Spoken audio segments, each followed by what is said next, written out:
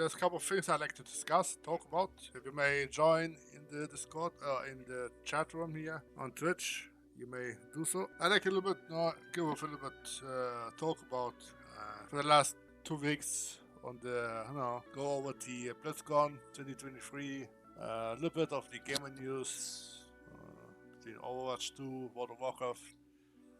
Good was 2 in my experience and so on, and saw other many things, and you may try it always live if you want to. It's the first time doing it live now. Before I would do it in a recordingly, privately, and yeah, let's see how it's gonna go, and let's head into it.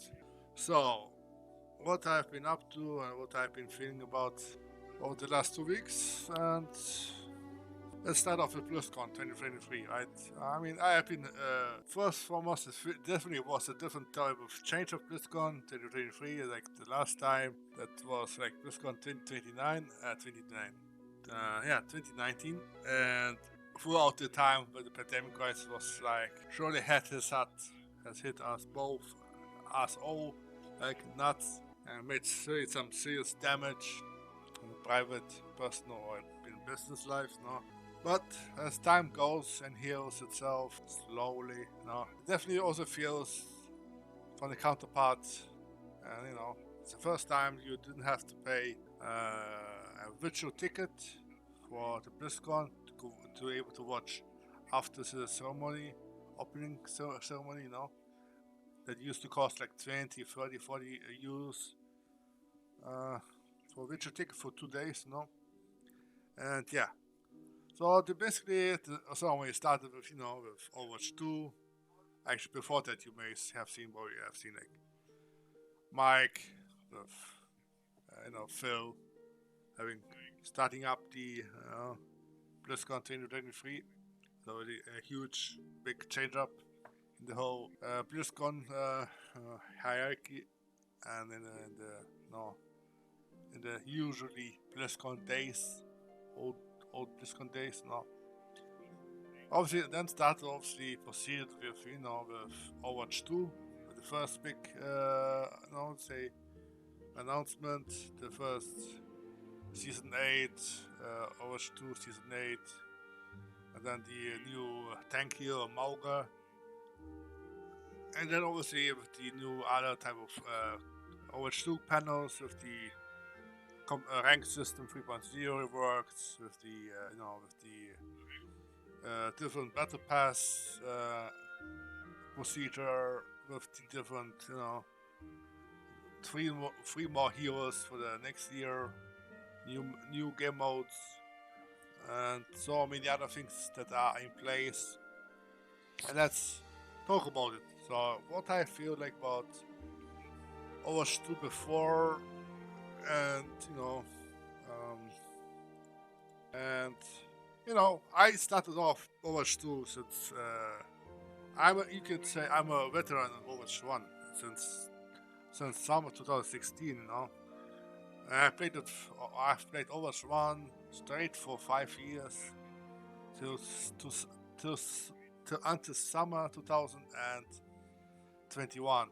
That's like 1 year before Overwatch 2 beta or first beta would have started now.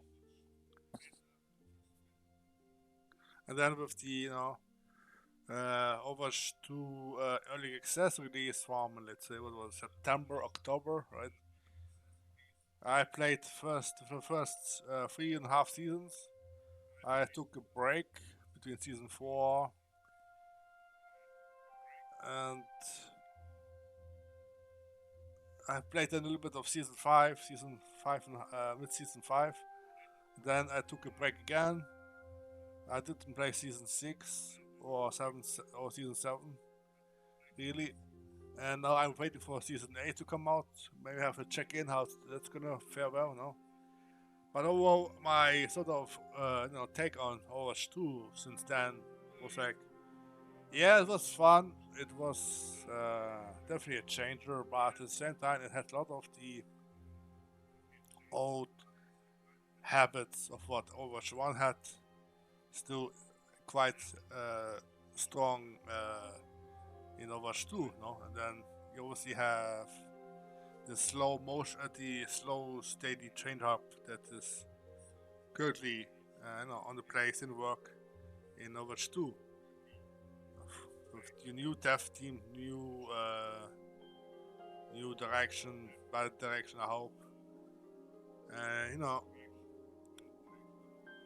As much as I respect, or I have respected Jeff, as much as I respect as well Aaron Keller, I know the teams that are working hard there to fix and run the game as smooth as possible, as friendly possible for all types of player base in that. It's for casual, it's for high level ranked players, it's for hardcore Overwatch League players, and so on. No? And I like that game to strive, to prosper. No, it would be such game to see go down the drain. No? Obviously, the new tank hero Mauga is surely an interesting hero. Another type of hero that I think I liking to it, because my hero roster since Overwatch 1, it was like 60% tank and 35-40% as a DPS role. No? Tank roster was like Ryan, Rotok. DPS was like Doom when it came out. And then my top 3 heroes I would play, was like Ryan, Doomfist, and Rotok. The ones that had most played hours, no, in the quick plays and ranked. And then when the Overwatch 2 Doomfist work came out as a tank, I obviously lost the tank. I lost the DPS roster, and I had instead like 40% of DPS, heroes to choose. It became like 40% heroes. It became like 60% tank into like 80-90% of tank roles or heroes, just like this, including Doomfist. That has become also a tank, you know. And aside that, I also have, of course, other heroes like Jungle Queen, another tank I started to like when it came out, and she's fun. Then obviously it's like Sigma and all these other ones we go. Armata, cool heroes, cool tanks, but it's all tanks. And then now you have another Mauga, which seems to be also that type of my kind. I like brawling type of characters or heroes, like Ryan, like Doom, like Hamata in the 2K close in his Nemesis form. Mauga is like sort of such a thing as well, like a beefy guy, just pure, brawling type. You're gonna go in, rush, and and yeah, in the TPS roster you don't have really much such a hero that can do such thing. That was back in days. When it was Doom around as a DPS, no? That has changed, and that has already changed a lot for me, and yeah. I mean, you have heal supports that can brawl very good. Brawl, like Brigitte, like Brigitte probably would be the most that you can brawl with up and close, no? And yeah, I mean, now with the Rotok rework changes that has come out a couple of days ago, the changes on his secondary fire is no more the scrap gun. This is for the mid range, but also for has been changed to his briefer. There's now a 12 seconds cooldown at max. When using max, it's like the defensive matrix from Diva. You have like used a little bit by bit to give you heal and 30% of damage reduction while you heal yourself each time. And obviously, you have now his multiple trap that that slows the target and damages over time the targets. And and the primary fire change obviously has changed a little bit of hybrid of his right click into his left click. It is funny though, I have made a video about Hawk talking about what I have been considering that Hawk might not be a bad thing to have on him as a in a new work type stage. I'm not sure if anyone has mentioned that before, but I actually have mentioned on that video with the proposal of removing Hawk's right click, right, and only keep his left click, because that is a shotgun. It's a big, huge scrap gun. It means to be up and close for the maximum damage, and and instead of the right click, give them something to provide for the team support, instead of. So I'm not sure if it was my thing that Blizzard took the concept from there, or it was individually from someone else or from somewhere else before that. But I hope if it's the case, then thanks. I appreciate it. I hope there's no beef into it, and yeah. Then obviously, I'm great to see how they are trying to change the rank system from the previous rank systems that have been either inflated, SR inflation, a lot of other problems that used to make ranking system a little bit less fun to play and not really motivating to play them over and over again. It was in Overwatch 1 for the first 3-4 seasons, years. I'm looking forward to the change of the ranking systems, a little bit more equal balance side for all the levels, elo ranks from low ranks to the middle ranks into the way high ones and the top 500 type of rankings. And then obviously the Overwatch League on the other side.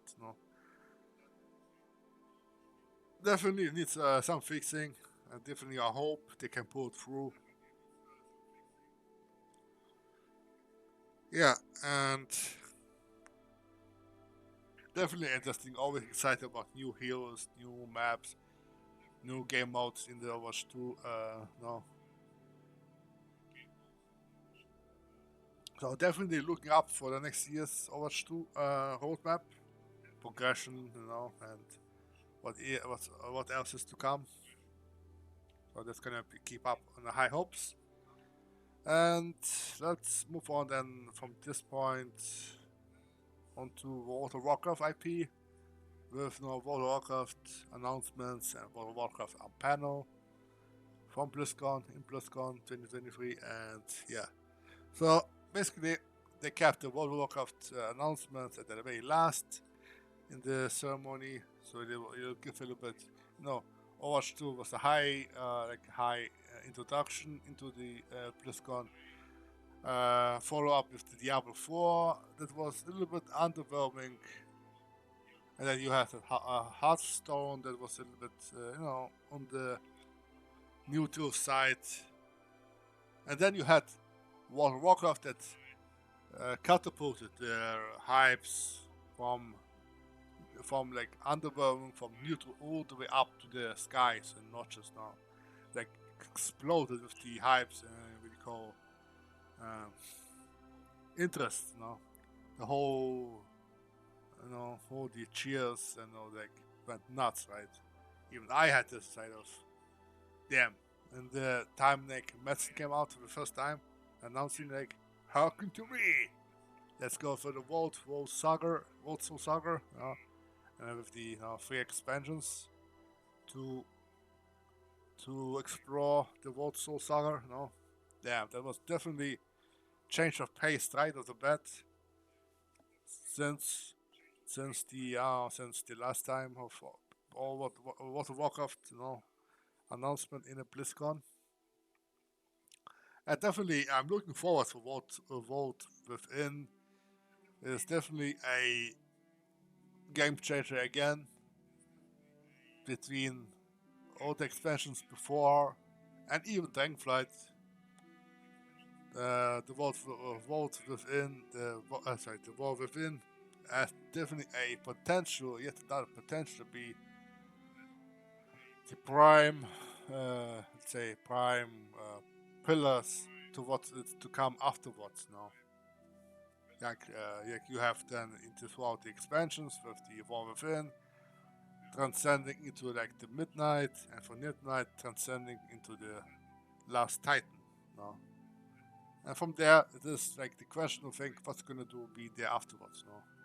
But for now, for the next decade,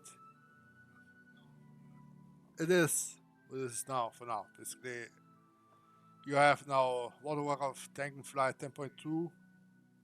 I'm gonna talk a little bit afterwards. Let's say, and then let's say with the World of Warcraft Cataclysm Classic, I'm not sure if it's gonna be that different. I hope if someone could answer that question if I'm not getting it, or if the Cataclysm Classic will be the same as the original one, or it will be like the one that we would like to see it that was cut with having cut content. And then obviously interested in the Seasons of Discovery. I hope this will prevail and prosper as well. And who knows, maybe this so-called the Seasons of Discovery might become like a new thing with the classic one, and merge with the classic and with the Seasons of Discovery features now into one IP, and have it the systems overhauled, revamped fully from that point of moment, without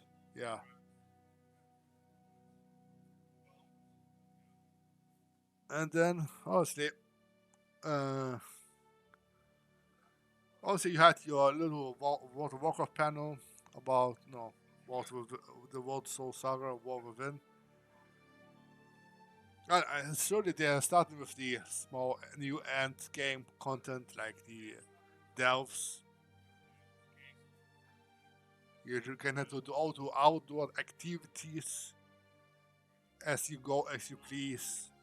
Not bound to do by outside other things if you're not pleased, like the mythics, raids, dungeons, and so on. And those are like this, I could say they say like mini adventures throughout the outdoors, puzzles, I don't know, having tons of other fun features around that content without a hope, without being like a letdown again. Hopefully, with replayable content, and obviously it will get expanded on that. I hope those content will then expand and develop further. And then, of course, you had this, they introduced the warbands for the character have multiple account-wide features to be saved on one character that will transcend on the whole account. So basically, you have reputations, certain gears that that your character uh, cannot use, but the other ones can use. So you don't have to, farm twice the same thing. You just got a piece. For that character or for that character, you just have the warband that does it for you. And also, of course, you have the war banks that collides with the war banks for the soulbound items for your alts, to store with enough slots and spaces, What else? Of course, the other big thing was the Hero Mastery spec.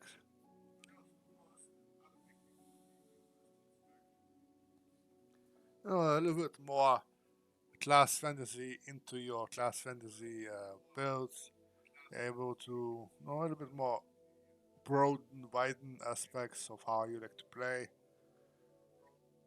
I hope this is, will be having a point of turn that will actually evolve, uh, work on further progresses now, because those things that has been announced in the ceremony, in the panel, WoW panel, they have so much potential to make World of Warcraft on a whole another level, and just let it breathe, let it, let it really go, let it live, let it expand, let it, take its place in natural throughout the time.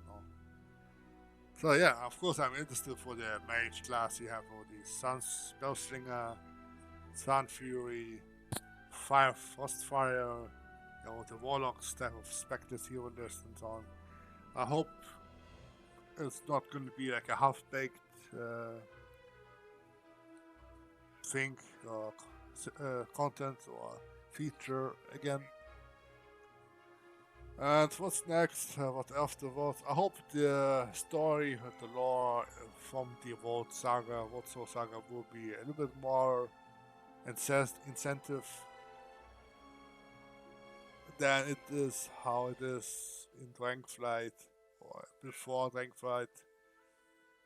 And a little more, a little bit more impact, not just emotional side, not just with so-called friendship type of lore elements, but also a little bit more based on the whole World of Warcraft fantasy. So the whole world engulfs in war and conflicts. One party, one group of parties like alliance and horde engaging in the war. Then there's someone third party comes in, like a legion started, and multiple like third party and like out of two parties, three parties I have engaging in the war and setting against each other and then saving against the third one, and then the third one evolves the conflict into much bigger ones, like going from a singular planet war conflict that expands to the vast of universal cosmological multiverse type of conflict type of war, called war phase, war fantasy type, and yeah, I hope all the it will not end up again like it was in Shadowlands. Because Shadowlands was again one of the biggest expansion that had its very niche characters that had high respect. They were just like this, dismantled, disrespectfully dismissed. Like Sylvanas, like Kel'Thuzad, like Arthas, with the Lich King, the Arthas, being like that of the standpoint to Shadowlands, be forgotten. It's really hurts even till now. I mean, that's someone else who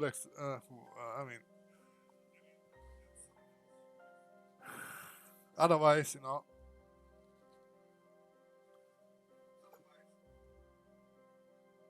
I hope to make it. I hope it will prosper as well. I hope time will tell. Alright, that's for World of Warcraft and the Blizzcon and Overwatch. And since I'm in the World of Warcraft topics, so let me allow to talk a little bit about my first experience with World of Warcraft Dragonflight 10.2. with the Emerald Dream that has just recently started or launched. So basically, what is like for me with Dragon Ball 10.2 so far? You won't believe, but I had couple of days of hard time of getting back to World of Warcraft. I didn't have such problem with 10.1 or with 10.0, no. And I've been questioning myself, what is it making me not going back there, no? And I mean, like, I literally sat there for an hour picking up my different classes. I tried to go into the dream. I I came there. I quested a couple mobs. I logged off. I took a different character. Went there, did some mobs again, logged out, and repeated. I was like literally for 1 hour for a couple of days, just switching on, and then like, nope, I don't want to go back. Out, off, on, off. Thank you. And then somehow I managed actually. How I don't know how I managed, but I managed to get into it. And you know, as I flew through the portal, the dream portal, no, again, I felt like, hold on a second, just like this. It's like it felt like, haven't I been here already?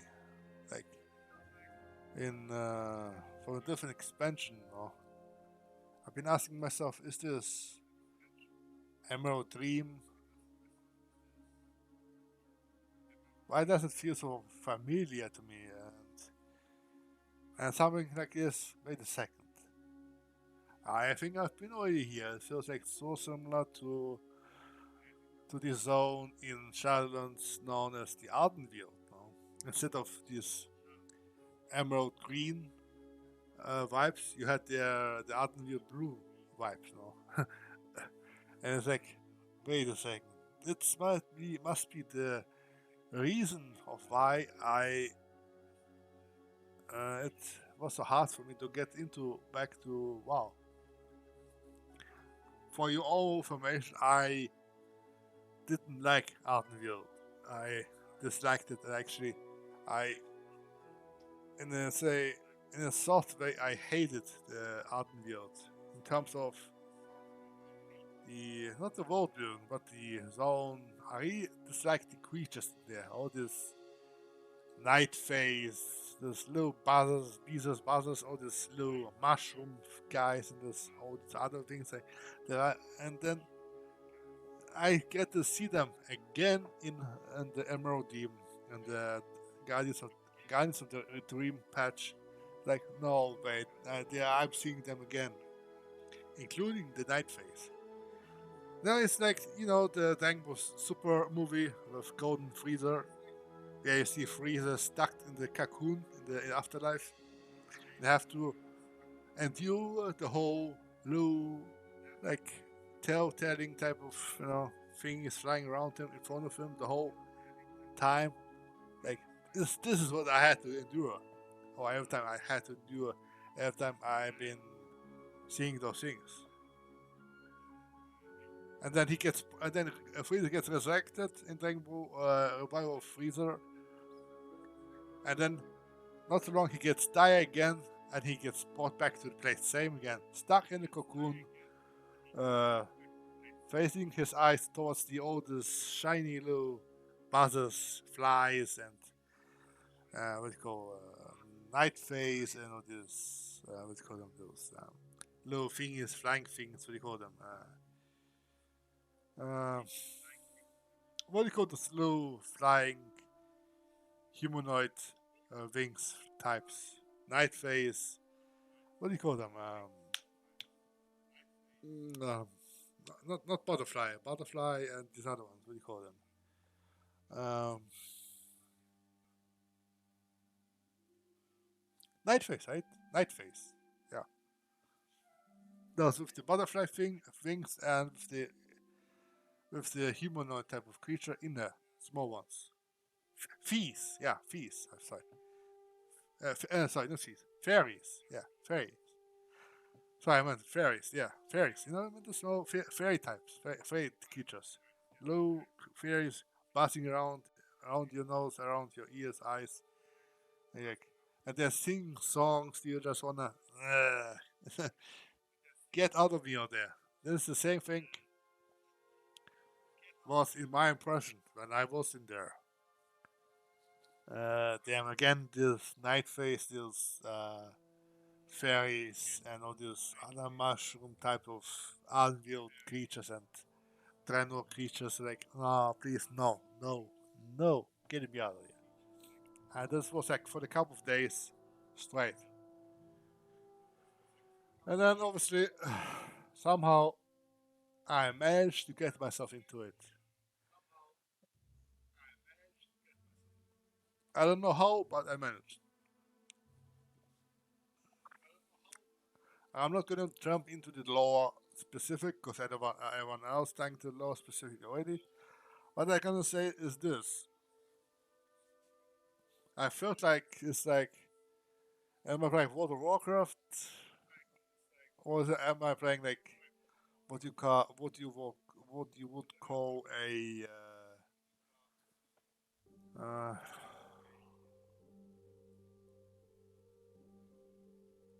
MCU, a Disney MCU World of Warcraft. I mean, all the cinematics I have watched, all the cutscenes I have watched, they were like, without to criticize, without giving negative feedback or anything like this, that I don't like to give anything negative in first of all, but I like to say like out of a perspective, out of a philosophers that like things and like see a little bit from a different base perspective and see the patterns and and you can see it clear the like insights between is it World of Warcraft or is it a Marvel MCU type of thing, and it's like combined into one thing. It looks like a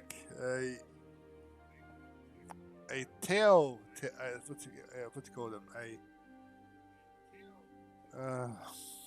it looks like Marvel and the World of Warcraft being like a fairy tale.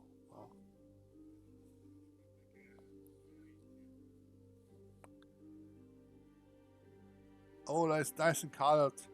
Like what's like this books with colored pictures. This is what reminded me or has reminded me of this thing. I don't say it's not bad. I don't say it's bad.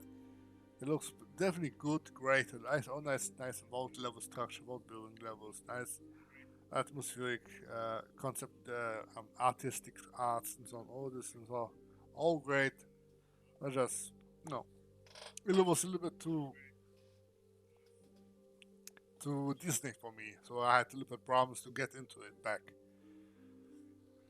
But I'm glad I actually managed to, and now I actually have managed to do the quest line for the Emerald Dream all the way with the first wing of the looking for raid, Amir Brazil. And yeah, I mean, I hope whatever comes afterwards will be eventually prosper for the better good again.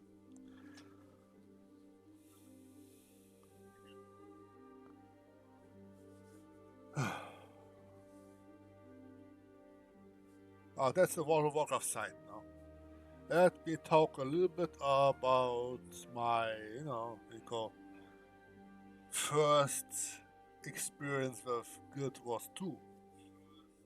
Yeah, that's right. I'm gonna mention for the first time my Guild Wars 2 as my first type of in my in my game talk series for the first time, and let it talk about Guild Wars 2. for my first 2 weeks since I started. So basically, before no, World of Warcraft 10.2, Guardians of the Dream, I thought would would would launch and so on. I decided, you know what, I have a game talk series I'm doing now, and I've talked about MMORPGs like World of Warcraft, like Final Fantasy 14, and some other ones. And Guild Wars 2 was unfortunately missing in that for me to play. So I had a little bit homework to do, and I did. And I actually uh, I was open-minded, and I just said, you know what, let's try Guild Wars 2, and I did it. It's like I see they have like free time version. I played for first 2-3 days. It was enough to let me impress. I should get the full copy, And I got myself the complete edition for €50. That consists of the main base game, and all the previous 4 expansions. And I actually had a blast playing through the Guild Wars 2 since I started. I started off like the 31st of October, and it has been like barely 2 weeks since then. I started out with Norn, Mel, what's it called? Mesmer. I tried it a little bit to level 35, 34. Then I tried a little bit different characters to see if I want to keep up with him and so on. I tried the non-female elementalist. Was great. I tried the human warrior. Was also great, of course. 2 level 10 maximum each. And then of course tried like the necromancer to level 10. And then obviously I tried Guardian, and I seen like, wow, Guardian is not bad either. And then let's say Guardian and able to play actually made me think I should try and play Guardian and play through the Guardian through the campaign or story campaign. And actually I did it. I mean, I've been playing the Human Guardian, and I managed to, not so recently, like 2 days ago, I managed to play to level 80 finally.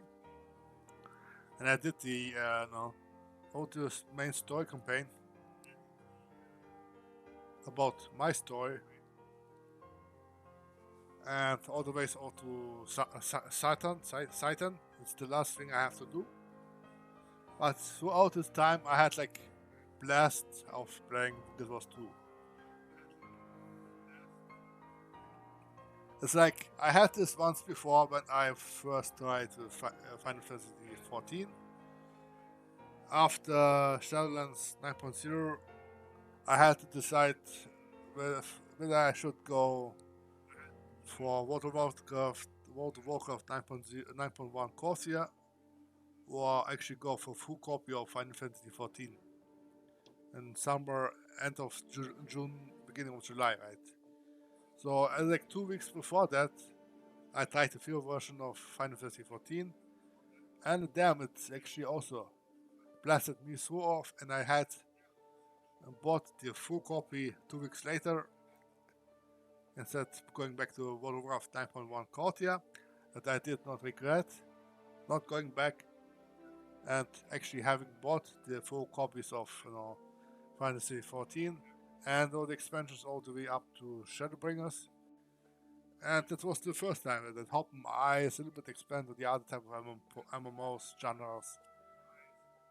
I tried Elder Scrolls Online, but it didn't kind of cut to my cup of tea. Even though it had some good things and features, but it did not. But now with Guild Wars 2, it has happened to me again. It has opened my eyes even more. It's like wow. It's like throughout the years, if you actually stay open-minded or try things out, you actually get the things to taste, try out things, and they actually give you a surprisingly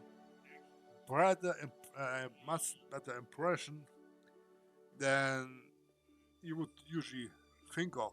And give those two, for now, has given me such taste to taste that left me with the impression, wow, that is really great. I mean, and and I have been now playing for the past 2 weeks, on and off. It was two, and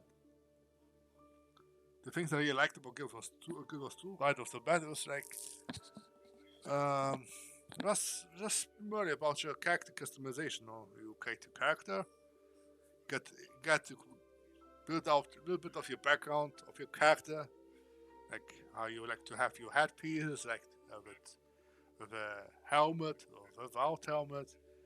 You have yours or bits of pieces dyed, and then build your little bit background story. Was it a commoner, street punk, or noble? Was it like having a you don't know about your parents, or you didn't get your sisters, or you like fell asleep in a circus night, or something like this, and then obviously you get to choose Norns have their spirits, being bear, snow panthers, crows, and wolves. I took as a Norn, as a raven. I have to be a raven. I like to be like wisdom, you know, and there was one of these riddles in the starting point in the Norns where you have this raven crows type of riddles. I actually answered them almost all correctly. You know, where you answer the riddles for the raven type of quests or activities. That's the one I liked. And then for the humans, you have gods. You have like rich gods. I don't know all of them, but I remember two: Balthasar, the god of war, and Grenf, the god of death. So I had my human characters either be Balthasar or Grenf. My guardian, for example, is Grenf, blessed by the god of death. A little bit darker plot direction for my guardian is blessed with and blessed with whom. Oh. So yeah, and then next thing is like where you get to see the cutscene. You see, like, I've seen like my character is talking with a voice. I was like, wait a second, my character has a voice line. Damn, I haven't had this in none of my MMO experience ever. Like my character is talking the way he wants to talk, no? I mean, with his own voice, you know. And it's like, damn, it's like, what have I been playing up to or witnessing up to? It's like, I don't know how Guild Wars 2 was back in the days when it started off, no. But to my insights to how it is now, like throughout the 10 years of Guild Wars 2, the difference between the other 10, 20 years of World of Warcraft, so like a huge different type of advancement or difference. I don't say in terms of bad or good. I say just the was more for the ahead of features and things that Google's have in advance ahead of, you know, that makes World of Warcraft a little bit, you can say, underwhelming, despite it could have it as well. I could when World of Warcraft with a voice line of this, I'm sure it could have been implemented as well for a long time. You know, give your little class that you create in World of Warcraft a little bit background story as well. No, it's not I don't think it's a big thing to do. We can say Guild Wars 2. it was more definitely a small company, and then Blizzard it is today, and they managed to do it, and they are managing to do it. And so basically, uh, I liked how the combat system is well in Ghost 2. It's like it's not this typical tap target and you either miss or you hit. You actually can dodge the projectiles. And you gotta invade dodge them all these things, otherwise you can kick the bucket quite fast and quite often, as I had already. I at least had to like 0.8 deaths per hour. Yeah. Like almost one death per hour, almost.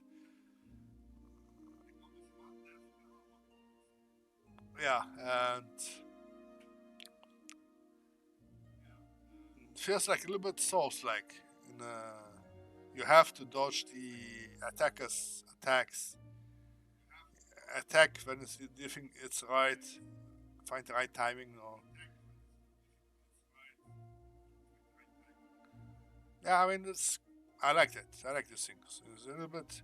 You have to use your head a little bit more. Yeah, and then uh, I like the dungeons.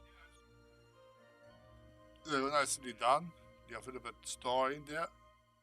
The dungeons get to tell you, talk about the story, the characters, lore between other characters, and the whole plot behind it. And then you get to play the story mode, and after story mode, you get the explorer mode. It's like part 1 to part 3, I believe. That is like heroic difficulties, I think, if I reckon it right. And then obviously you have the small world bosses, or you have the small events that can lead up to massive world boss fights at the end. I've seen like I remember I did some preliminary events. There's and there, and then suddenly out of nowhere a big huge boss comes out or appears, and you're like, whoa, wait a second. I'm now have to fight this boss, and like all the other players are joining as well in that fight. And like takes, and you think it will take quickly? Nah. It will take some time to take down the world boss or a small event boss, and that was it is a great feature as well. You fight, you do some small activities, then you have the small event. You do it, you do the event, and then suddenly the event gets bigger and bigger, and then something like um, invasion, invaders, and like a boss appears that you have you have to defeat, and it doesn't go. I mean, it will take some time to defeat it because it doesn't. I mean, it's not like a um, thing you fight it in within 1 minute and the boss is done. No, the boss fights took like a couple of minutes. I mean, not maybe not half an hour, but it took definitely like 15, 20 minutes to take this one boss in the event down. It's quite fun. I mean, to see how the whole multiplayer online features in the MMO actually works. Yeah, that's that. And then the other thing, obviously, I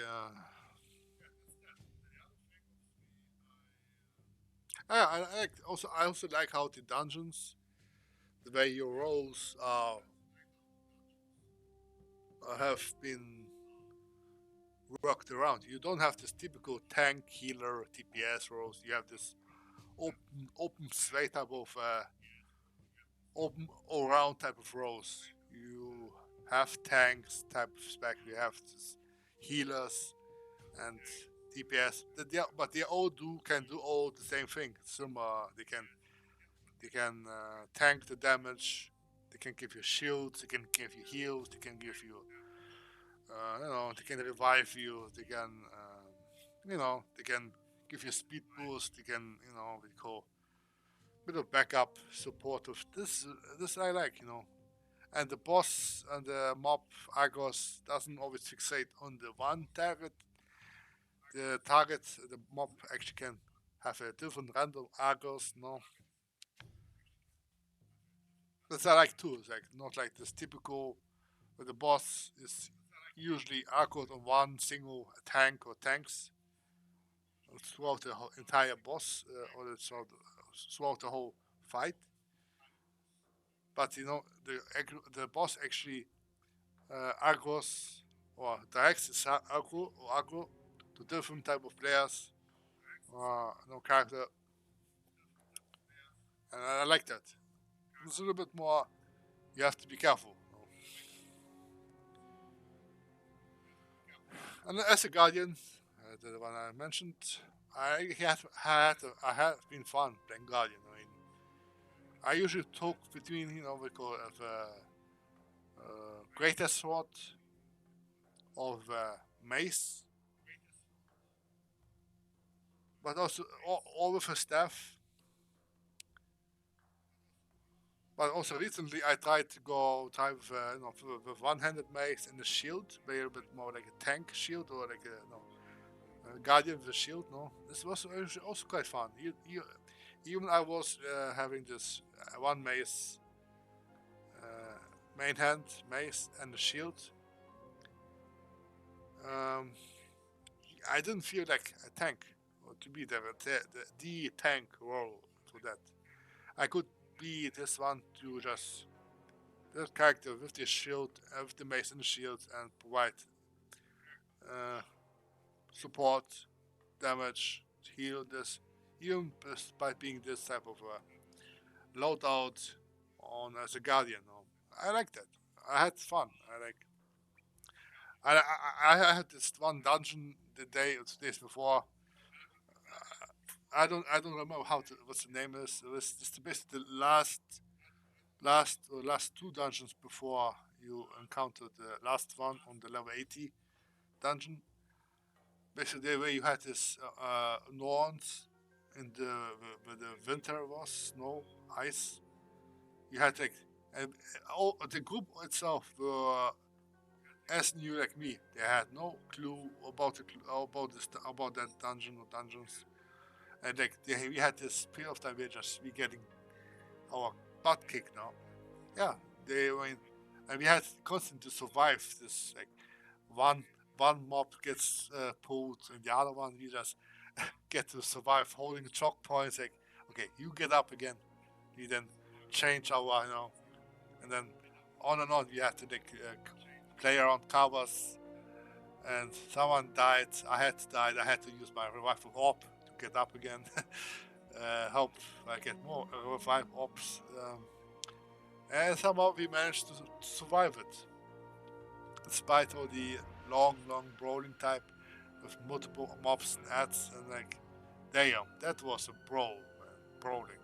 That was a fight to live, to witness.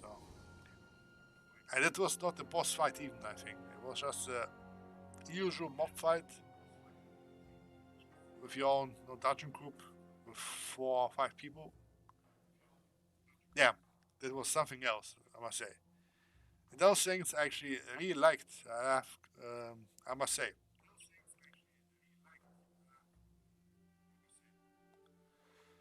I mean, yeah, I mean,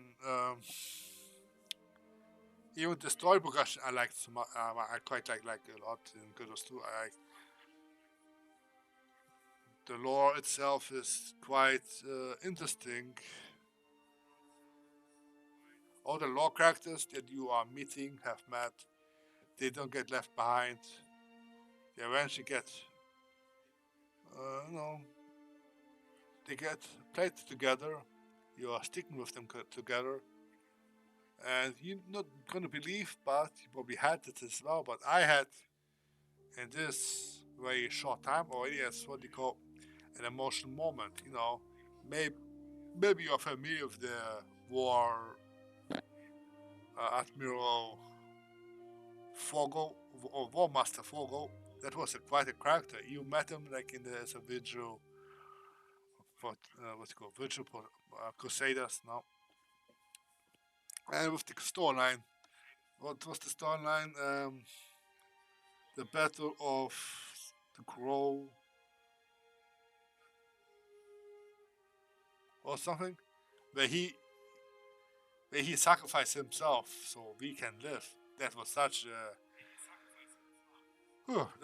an emotional thing actually, to see like this character giving up his soul just for us to live on and to take vengeance upon the Titan. So yeah, that's the lore in there in Guild Wars 2. And what else? Uh,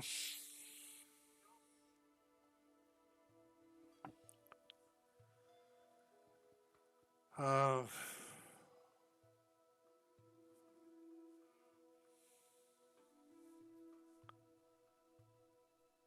have I missed anything else in the Guild Wars 2 so far? I don't know. I think that's all I could tell for now as well. Like, I have to do the last level 80 mission or quest line, I think, before I can finish with the main base and continue with the expansion campaign from level 80 onwards. Yeah, that's gonna do with the Guild Wars 2. And in overall, let's see what else we could talk about, or I could talk about. Um,